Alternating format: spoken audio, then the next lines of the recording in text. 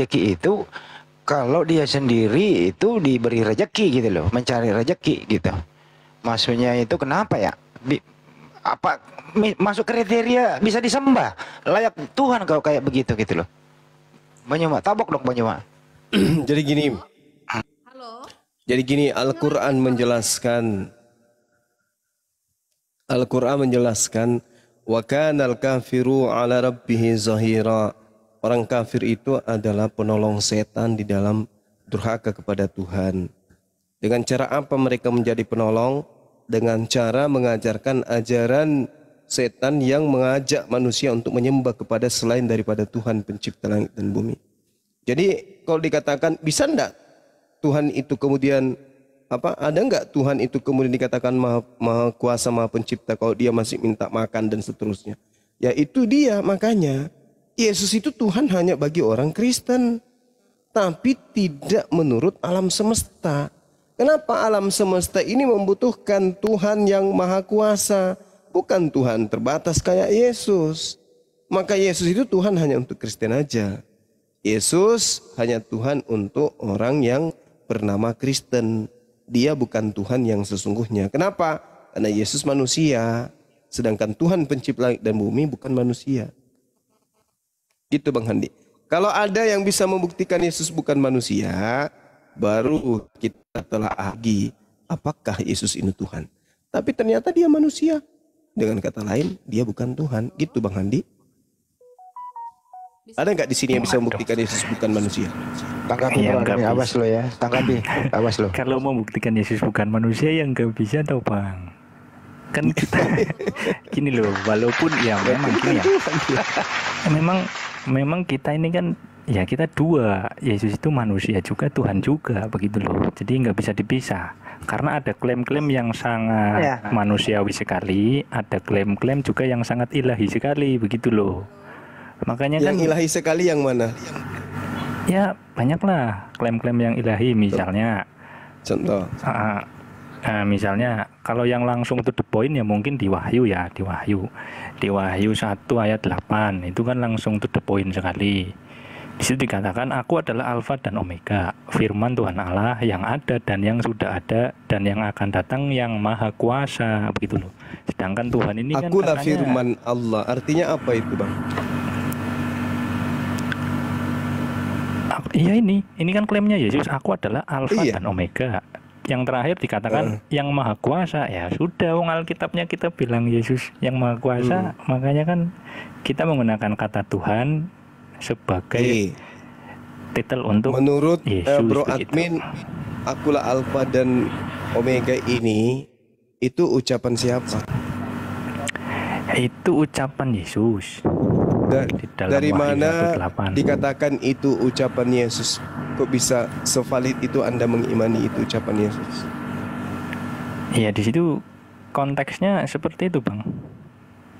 Iya, sekarang kan di situ di ayat sebelumnya dikatakan, lihatlah ia datang dengan awan-awan dan setiap mata akan melihat dia, juga mereka ini yang Yesus telah Bang? menikam dia. Kalau ini kan bukan itu ucapan Yesus atau bukan? Bukan, bukan ucapan Yesus. Kalau yang ini bukan. Nah, bukan. Lalu ucapan siapa itu? Ya ucapan penulis memang. Jadi sekarang gini, kalau ada ucapan penulis di mana penulis menarasikan ada ucapan Yesus, berarti harus dicari kebenarannya. Apakah betul ini ucapan Yesus atau bukan? Kalau misalnya ada orang yang berkata Yesus datang begini, bisa enggak dipercaya tanpa ada pembuktian? Yesus ini kan manusia, datang di tengah-tengah Bani Israel, berkata Yesus ini kepada mereka. Nah, permasalahannya sekarang, ada enggak penelitian yang bisa dipercaya bahwa apa yang tertulis di dalam kitab Wahyu itu benar-benar ucapan Yesus? Selayaknya hadis sahih bisa dibuktikan bahwa itu adalah ucapan Rasulullah. Ada tidak pola yang bisa kita gunakan untuk menemukan titik kebenaran ucapan penulis Wahyu ini bahwa betul-betul ucapan Yesus? Contoh misalnya, abang Bro Admin mendengarkan orang berkata, Bang Suma berkata bahwa Bang Suma itu adalah seorang tokoh di dalam salah satu aliran bela diri yang ada di Sulawesi Selatan. Dia mengakui Yesus Bang Suma berkata. Nah, perkataan Bang Suma ini kalau cuma dituliskan dan disampaikan oleh oknum, bukan Yesus, berarti orang terpelajar harus mencari titik benang merahnya bahwa itu betul ucapan Bang Suma. Nah, sekarang apakah di Kristen ada pola ini? Yesus berkata, perkataannya disampaikan ke Fulan, Fulan menyampaikan ke Fulan, Fulan sampai ke Patmos. Di Pasmos kemudian dia bertemu dengan penulis kitab Wahyu. Lalu penulis kitab Wahyu meneliti informasi itu dari satu ke satu sampai kepada sumber, yaitu Yesus. Ada nggak ilmu sanad seperti itu di Kristen? Ya. Kalau ilmu sanad seperti itu memang tidak ada. Yang ada adalah sejak semula bahwasanya sebelum kitab suci kita sudah percaya dengan tradisi para rasul atau para murid yang hidup sejaman. Dan kemudian tradisi itu atau pengalaman hidup para rasul, para murid diceritakan kepada murid dan dibukukan atau dibentuk di kodek, ditulis dalam sebuah catatan. Dan di situ ada narasi dari penulis, ada narasi Tuhan Yesus, ada juga narasi para murid, begitu sesuai dengan cerita yang terjadi waktu itu. Nah, itu dia, Bang. Pengalaman hidup mereka, begitu. Nah, itu dia makanya ada tidak dasar ya kepercayaan di Kristen terkait dengan tulisan-tulisan di Pulau Patmos itu diasaskan dari hasil pembicaraan antara penulis dan Yesus. Ada nggak pola itu?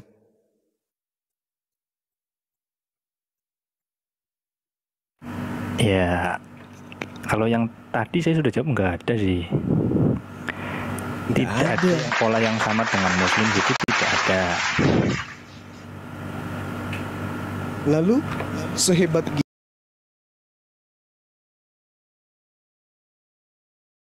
itu langsung dipercaya manusia dijadikan Tuhan hanya karena akulah Alfa dan Omega, di mana perkataan Alfa dan Omega ini tidak ada kemudian data validnya bahwa itu betul-betul ucapan Yesus.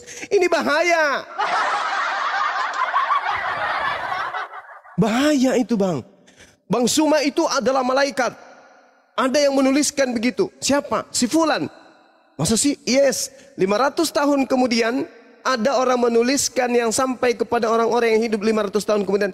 Ada sosok manusia di zaman tahun 2023 bernama Bang Suma. Dan ternyata dia adalah seorang malaikat. Orang yang ada pada zaman itu yang mulai gepeng kepalanya, percaya aja. Tanpa mereka kemudian mau mencari data keakuratan dari informasi ini. Ini informasi dari mana? Ini yang namanya Suma di tahun 2023 dia ada, katanya dia adalah malaikat yang inkarnasi menjadi manusia, bernama Suma. Ini di mana informasi? Ternyata yang menuliskan ini adalah orang-orang yang ingin menghadiahkan sekelompok manusia yang pada zaman itu percaya terhadap tahayul, percaya terhadap khurafat, sehingga laris bukunya, dianggap sebagai sebuah pemberitaan akurat. Padahal nengok kemudian mencari titik kebenarannya, tidak pernah ditemukan adanya informasi akurat tersebut, di mana Bang Suma itu bukanlah seorang malaikat. Tetapi dipercayai. Inilah yang terjadi di Kristen. Yesus Tuhan. Ya. Kenapa bisa? Karena dia mengatakan dalam Wahyu, akulah Alfa dan Omega. Oh gitu. Ya. Kami harus beriman. Oh, sekarang kita cari. Oke, kita hargai iman Anda. Mari kita cari data keakuratan penulisan tersebut sesuai dengan fakta yang ada. Carilah di mana ini penulis di Patmos ini cari informasi kayak gini nih. Diteliti. Enggak sampai kemana-mana. Ini penulisnya siapa? Konon Markus. Yohanes, ya nama lainnya adalah Markus. Oke. Wahai Markus, ya paman, pernah bertemu dengan Yesus. Wahai Yohanes, dia penulis Patmos di Pulau Patmos, pernah bertemu Yesus? Pernah. Di mana itu? Di sini. Siapa yang menjadi saksinya? Ini. Tidak ada yang menjadi saksi. Sedangkan yang dituliskan ini adalah catatan tentang manusia yang hidup pada zaman abad pertama, sejaman dengan dia. Dan ini bukan merupakan wahyu dari langit, tetapi dituliskan berdasarkan atas penelitikan dan pengetahuannya terkait oknum yang bernama Yesus. Lalu diimani begitu aja, tanpa harus diketahui tulisan-tulisan ini apakah ada validasi dari Yesus. Selayaknya Al-Quran. Ketika Al-Quran bercerita, maka Al-Quran dihafalkan dan dituliskan, itu ada kemudian legitimasi daripada baginda Rasulullah Muhammad SAW sebagai sumber. Karena Yesus mengatakan, segala firman yang engkau berikan telah aku sampaikan. Berarti apa yang tertulis di dalam kitab Wahyu, kalau ini adalah firman, maka sumbernya adalah Yesus. Dengan catatan, dengan kata lain, Yesus pernah menjadikan penulis kitab Wahyu ini sebagai murid. Kitab Wahyu itu tebal, berarti murid ini lama menjadi duduk bersama dengan Yesus. Tapi itu kapan terjadinya dan di mana? Sedangkan Yesus menyampaikan firman hanya 3 tahun. Firman yang 3 tahun ini disampaikan ke Lukas berapa tahun, sampaikan kepada Paulus 14 kitab berapa tahun, sampaikan kepada Markus berapa tahun, sampaikan kepada Yohanes berapa tahun, kepada Petrus berapa tahun. Dan kalau itu terjadi, maka Yesus punya murid berarti menulis pada zaman Yesus, menghafal pada zaman Yesus. Apakah ini terjadi? Tidak. Kitab Lukas dituliskan puluhan tahun setelah Yesus terangkat. Yohanes demikian, Paulus demikian juga menulis, Markus juga demikian menulis, Yohanes ini sudah puluhan tahun Yesus itu tidak ada, baru kemudian mereka melakukan penelitian lalu menyusun dan membuatnya menjadi seperti yang sekarang. Lalu manusia ini jadi Tuhan oleh karena pemberitaan orang yang tidak kita kenal, gitu. Lalu kita ingin percaya kepada orang ini. Ada manusia, dilahirkan manusia menjadi Tuhan, setelah dia bangkit dari kematian dia ternyata adalah inkarnasi Tuhan. Bagaimana dengan asal dari pemberitaan? Maksudnya tokoh ini bernama Yesus. Tempat lahirnya di Nazaret, kotanya Yerusalem. Di Galilea dia berputar-putar. Bagaimana dengan tradisi orang yang ada hidup zaman sekarang? Dari aspek keagamaan, apakah percaya tentang Yesus ini adalah inkarnasi Tuhan? Mari kita ke Yerusalem. Anda kenal Yesus? Tidak. Loh, katanya Elohim yang datang pada abad pertama. Enggak ada itu. Lalu kita kemana? Ke Roma. Ke Roma kita kepatikan. Apakah Anda percaya bahwa Yesus yang Anda tuhankan itu adalah Tuhannya Yahudi yang datang dalam rupa manusia? Semua orang Roma mengatakan percaya. Tapi di tempat asalnya kita ke sana, Anda kenal Yesus? Tidak. Siapa itu? Jelmaan Elohim yang datang pada abad pertama menjadi manusia yang mati. Wah, kami nggak pernah mengenal itu. Itu siapa? Tidak ada dalam konsep kitab kami ada kayak gini. Tapi ketika ke Roma, orang Roma mengatakan ada. Tapi begitu diteliti, ternyata ada. Di sumbernya nggak ada. Nah ini yang mau dipercaya gitu. Ini yang akan mengantar kita ke surga gitu. Kepercayaan kayak gini yang mengantar manusia ke surga. Oke Bang Suma, berarti dari inti yang tadi semua jenengan sudah sampaikan kan bahwasanya mengenai validasi yang dilakukan terhadap Al-Quran memang tidak bisa dilakukan terhadap Alkitab. Itu jawaban saya. Tetapi begini, memang kita punya cara sendiri untuk memvalidasi tentang bagaimana Alkitab itu dinyatakan benar dan tidak.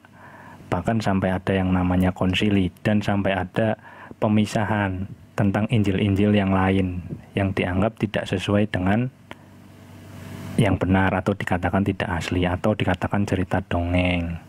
Begitu misalnya tentang kisah-kisah Yesus menikah, itu kan juga pemberitaan tetapi tidak valid, dianggap tidak valid. Begitu. Nah, dalam hal ini sejak dahulu masalah validitas dan kebenaran itu sudah diukur. Oleh siapa? Oleh orang-orang yang zaman dulu atau hidup yang mendekati dengan pada masa Yesus itu. Yang kita sebut sebagai Bapak Apostolik atau Bapak Gereja lah. Atau cara gampangnya ya orang-orang yang hidup lebih dekat dengan Kristus itu. Termasuk sampai dengan beberapa 3 abad kemudian diadakan beberapa konsili-konsili karena terdapat beda pandangan terhadap tulisan yang dianggap valid tersebut. Beda pandangan, yang satu menganggap Yesus adalah Allah, yang satu tidak. Nah, dari situlah Jadi masalah validitas sampai dengan diadakan sebuah konsili atau pertemuan besar yang membahas itu sebuah bukti bahwasanya memang catatan tersebut sudah ada sebelum itu. Dan itu juga sudah ada orang-orang yang bertanya soal validitas itu. Kita sebagai orang beriman, kita percaya dengan mereka juga yang hidup sejaman atau lebih dekat dengan pada masa Yesus. Sedangkan kita kan sudah istilahnya 1000 tahun ke sini, mau memvalidasi itu ya dengan cara apa? Sudah sangat sulit sekali. Bahkan dikatakan dengan mungkin apa yang teks, uji apa gitu, kita sudah nggak bisa. Yang bisa hanya keselarasan cerita atau narasi yang bisa kita validasi. Makanya cerita mengenai Yesus menikah itu divalidasi sebagai tidak asli begitu. Tapi dalam hal ini ya, konteksnya tadi saya bilang memang pengukurnya berbeda karena kitabnya juga berbeda. Nah sekarang saya bertanya, seandainya begini, di dalam Al-Quran kan diceritakan tentang kisah Nabi Isa yang katanya juga sama dengan Yesus. Anggap saja tidak ada Alkitab, bagaimana cara Bang Suma sebagai umat Islam memvalidasi kisah Nabi Isa? Silakan. Iya, baik. Jadi kami di Islam itu ketika kemudian bercerita tentang Al-Quranul Karim, lalu ketika saudara mengatakan tidak ada Alkitab, itu tidak bisa, nggak ada. Adanya narasi di dalam Al-Quran karena adanya Alkitab yang datang kepada Bani Israel. Jadi ketika Anda mengatakan bagaimana Anda memvalidasi berita, kalau tidak ada kitab yang Anda maksud tersebut, itu tidak ada diterangkan dalam Al-Quran. Itu tidak ada. Nah, karena adanya kejadian terhadap Nabi Isa alaihissalam, maka Al-Quran menjelaskan, wa rasulan ila bani Israel anni qad ji'tukum bi ayatin min rabbikum anni akhluqu lakum minat tin kahai'atit tayri fa anfukhu fihi fayakunu tayran bi iznillah wa ubri'ul akmaha wal abrasa wa uhyil mauta bi iznillah. Karena ada itu maka diceritakan di Al-Quran. Kalau tidak ada diceritakan di Al-Quran, kalau tidak ada kitab tersebut, berarti tidak diceritakan di dalam Al-Quran kemudian. Karena Allah mengatakan, banyak di antara nabi yang kami utus, utusan-utusan yang kami utus, sebagian kami ceritakan kepadamu, sebagian tidak kami ceritakan kepadamu. Jadi kalau misalnya Nabi Isa tidak diceritakan di dalam Al-Quran, itu berarti kaidah ini tidak bersentuhan langsung dengan umat yang datang belakangan, yaitu umat Islam. Nah, oleh karena umat Nabi Isa alaihissalam itu nantinya akan bersentuhan langsung dengan Rasulullah, maka itu diceritakan di dalam Al-Quran. Bagaimana kemudian bisa divalidasi kalau tidak ada Bible? Al-Quranul Karim terkait dengan kisah-kisah pada masa lampau, itu kami tidak butuh validasi. Kenapa? Rasulullah Muhammad SAW tidak belajar tentang kitab-kitab sebelumnya. Rasulullah tidak melakukan penelitian, tidak melakukan penyelidikan, kemudian menulis dalam sebuah kitab, tidak.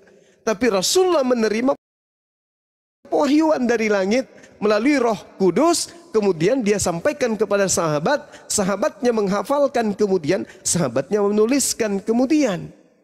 Jadi tidak bisa diandai-andaikan.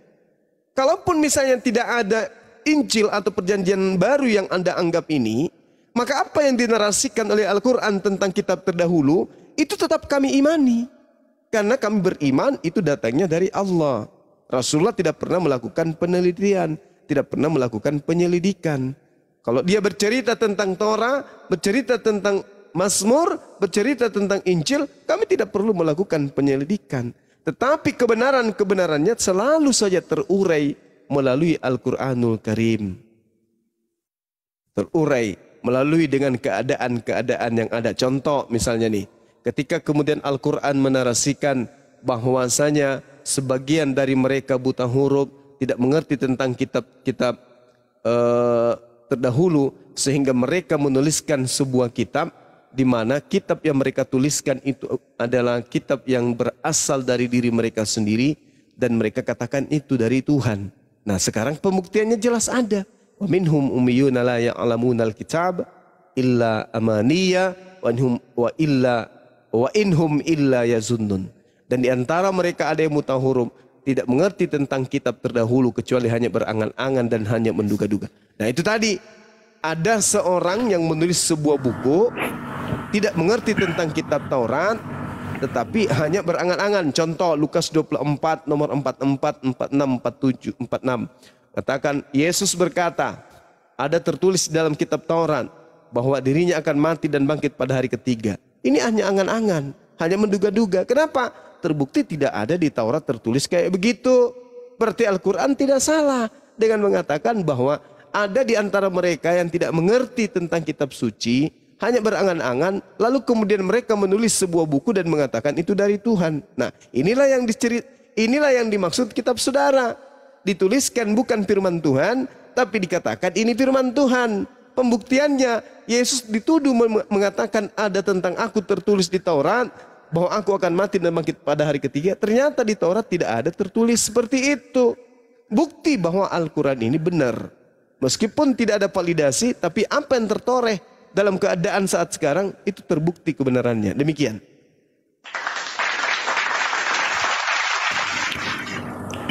Ya, menarik. Silakan teman-teman yang lain, Akhi Sugi, silakan, atau siapa yang mengganti, kita gantian sebentar. Silakan, saya monitor. Boleh satu lagi aja, Bang, cuma. Ya, kita sapa dulu ya, Bro Admin ya. Selamat malam, ya. Mbak Dila.